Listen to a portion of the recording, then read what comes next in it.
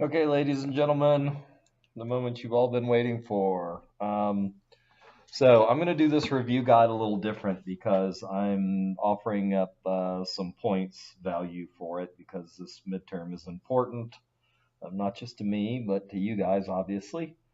Um, but because I want to see your work on stuff like this, I'm going to do a kind of a different problem. I'll show you exactly how this same type of problem gets worked, but I'm not going to show you how to work this problem. Sometimes it's going to be unavoidable. Like here, 1 mole of sodium atoms has a mass of, that's kind of unavoidable. There's no work to do. 1 mole, and I know what a mole weighs. Sodium, it's this atomic mass number. It's 23 grams. So some of this stuff I'm going to answer for you or answer with you or whatever. Some of this stuff you have to answer for yourself. So this number is called the atomic mass. You know that any number on here, these are all atomic masses. If I round it, it's called mass number. You remember that, right? Hopefully. This number can always be found on the periodic table. 1 mole of any element contains blank particles. That is 6.02 times 10 to the 23rd. 10 to the 23rd particles. This number is called Avogadro's number. Avogadro. I don't know if they'll ask that. Okay. So our first question, real question, convert 400 grams of MgCl2 to moles. So what I'm going to do instead is I'm going to convert 300 grams of CaBr2 to moles. And again, a lot of times what I see you trying to do is going, oh, grams to moles, that's 2 boxes, so that's something like this. No, this is grams of CaBr2 to moles of CaBr2. And maybe we'll just make that apparent by saying 2 moles of CaBr2. If I'm doing it from this to the same thing, if I'm going from calcium bromide to calcium bromide, then it is just one-dimensional analysis cross.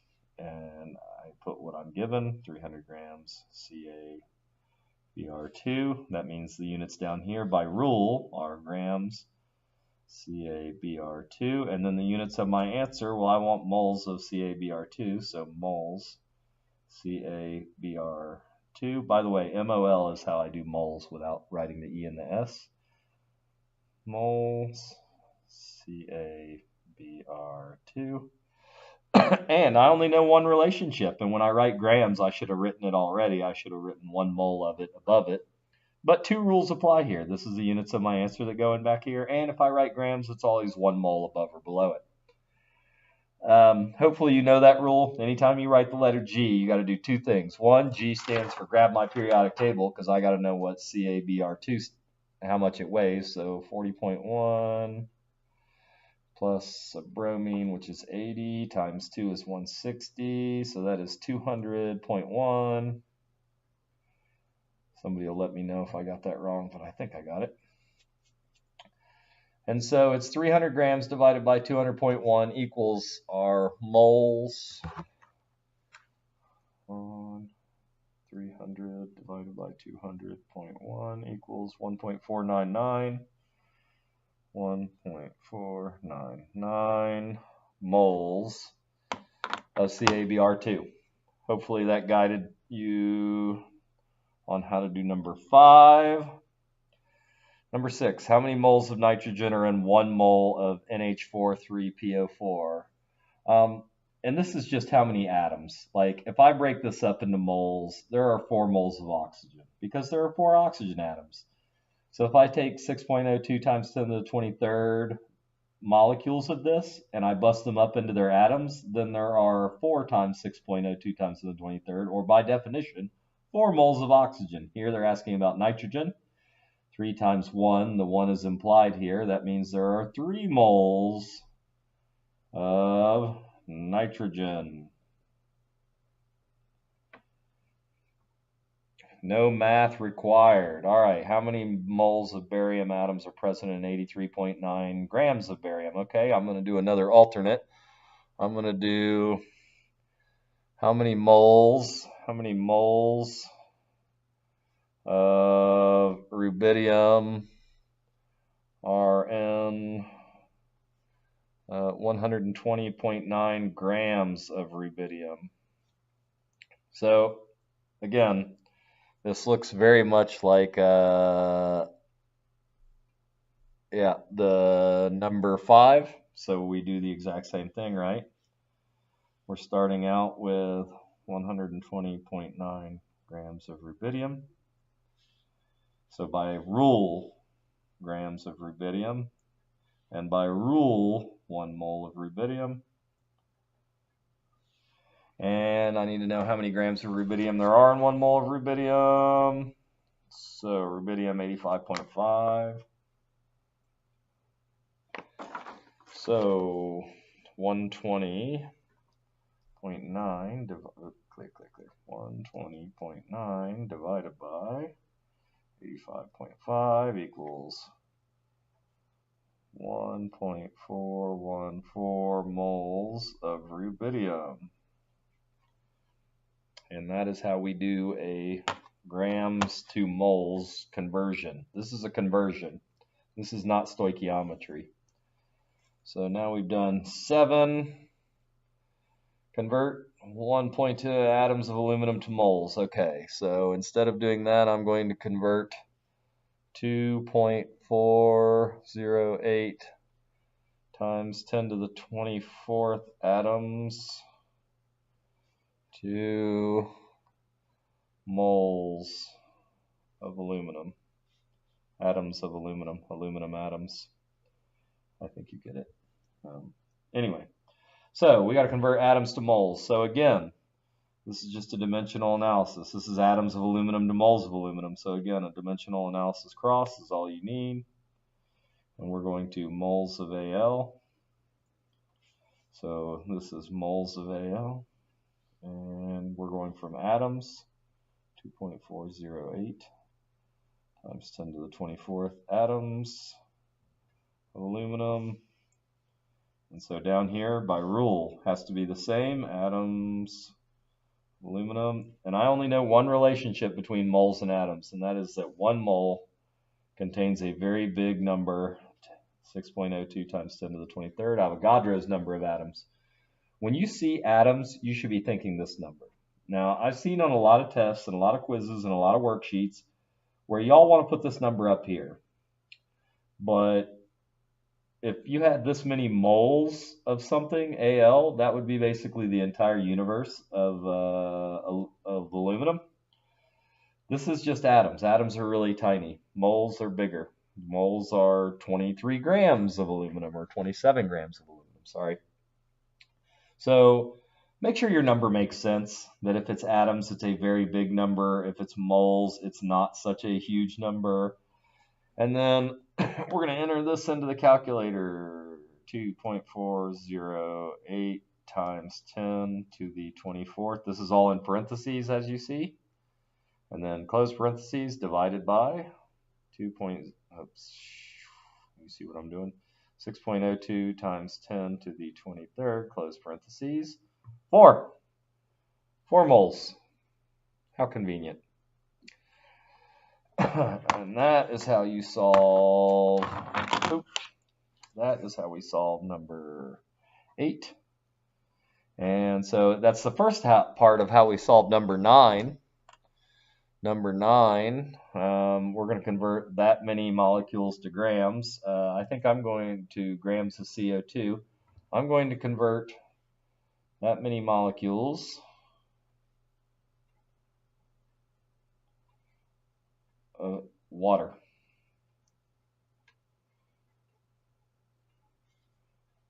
to grams of H2O. Now, there's no way for me to go from molecules to grams. Everything has to go through moles.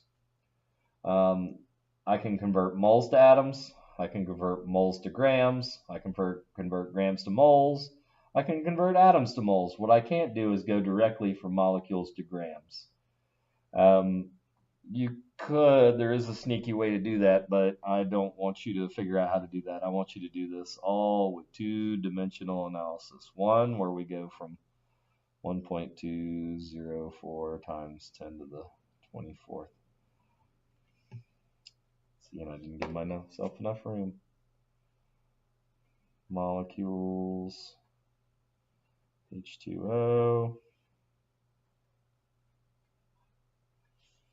2 moles, H2O, and here we have molecules, H2O, and I only know one relationship, and that is 1 mole contains 6.0. I wrote the extra 2. That is the proper number, but we're just going to run with 6.02 times 10 to the 23rd. I wonder how long it's going to take for my lights to go off. Okay, so we do that, and we get moles. So 1.204 times 10 to the 24th divided by 6.02 times 10 to the 23rd, close parentheses. So that is 2 moles. Oh, there it is. Oh, come on. Come on. Come on. Sorry about the waste of time, guys, but the county doesn't want me to sit in here with my lights. Okay, 2 moles of H2O, and we're going to grams of H2O. That means on the other side is always 1 mole H2O. There are 18 grams. I can do this one in my head. It's 36 grams H2O. So I went from molecules. Same rules apply. Same rules as we always. These are the units of my answer. These units have to be the same. And then I got moles. And I should have put an equal sign so that you got my 2 moles. Oops, sorry. I slipped off the page there, didn't I? Got 2 moles. And then when I calculated 2 moles, 1 mole of H2O, 18 grams, 36 grams of H2O, and 2 moles. So that is how you do number 9. Number 10, how many atoms are in 50 grams of calcium? So this is just doing the opposite. So I'm going to get a fresh sheet here. Actually, let's just take the back of this one. Okay, so they just want me to do the opposite. And I'm going to take 80 grams of titanium. And I'm going to go to molecules, or atoms, sorry. Right, aren't we going from grams to atoms? Yep, atoms. Again, one-dimensional analysis because I'm going to atoms of titanium. So I start out with 80 grams of titanium. This has to, by rule, has to be the same, grams of titanium, and I'm going to moles of titanium. And then I'm going to do another one where I go from moles of titanium to molecule, atoms of ti. And I only know one relationship, and that is in 1 mole, there are 6.02 times 10 to the 23rd atoms. Okay, so we got to calculate this. So first we need grams of titanium in 1 mole of titanium. Here's titanium, 47.9. I think we're just going to call it 48 for ease of use. And then we got to take 80 divided by 48 equals 1.66 moles of ti. We're going to transfer that down here, 1.66 repeating, times 6.02 times 10 to the 23rd. See how I put that in parentheses? 1.666 times, enter, equals 1.003 times 10 to the 24. Now I don't care where you rounded. Like I say hundredths is a good spot. I've rounded to hundredths in a couple spots, but right here I just decided to go the extra spot. Atoms of titanium. Okay, that is how we do number 10. Number 11, how many atoms of magnesium are in 6.5 moles of magnesium? So we're going to go from moles of, we're going to go from moles of calcium. Moles of calcium from how many atoms? So we're going to go from 5 moles of calcium to atoms of calcium. Now, it doesn't matter what it is, because if you notice, when I write this single dimensional analysis, I'm going to start out with 5 moles of calcium, and it doesn't matter, it could be moles of anything. I'm going to go moles to atoms of calcium, and I know that 1 mole contains 6.02 times 10 to the 23rd. Nowhere in this did I need anything that was particular to atom. The same setup would work for anything. So 5 times 6.02 times 10 to the 23rd. That is 3.01 times 10 to the 24th atoms of Ca. Everybody pick up on that? All right. So that is how we do number 11. 1 mole of xenon gas is equal to this number of molecules. Come on now. That's a no-brainer. I know you haven't seen it in a little while, but anytime I see the word molecules and mole, 1 mole in particular, you should be thinking that number. What is the molar mass of the following substances? This is trivial, right? What is the molar mass of H2O, of water? Well, it's 1 oxygen, which weighs 16 grams per mole, and 2 hydrogens, which weigh 1 apiece, so 16, 17, 18. So this is equal to 18 grams per mole. Those are the units, by the way, for an atomic mass. So, or molar mass, that's what you're doing for this, molar mass. You know how to do that. Use the unbalanced chemical equation to answer questions. Okay, so the first thing you need to know is how to balance something. So the first thing I'm going to look at is, do I need to do an actual atom count, or can I do this without an atom count? So I have 1 calcium here, 1 calcium here. Not a problem. I have 1 oxygen here, 3 oxygens here. So I need to put a 3 out front of here. That gives me 3 oxygens, but it also gives me 3 calciums. So now I have 3 calciums on this side, 3 calciums on this side, 3 oxygens on this side, 3 oxygens on this side, 2 aluminums, and 1 aluminum. 2, done, balanced. It really should be that simple. I mean, you should be able to look and know, now I have 3 calciums, 3 oxygens, 2 aluminums. 3 calciums, 3 oxygens, 2 aluminums. Done. What is the mole ratio between aluminum and calcium? These are so trivial, I don't mind doing these for you. Aluminum to calcium is 2, 3. Don't put it in a fraction form, please. Mole ratio between calcium oxide and aluminum oxide, so that's 3 to 1. Remember, we don't write 1s in chemistry very often. That's why there's not a 1 for subscripts here.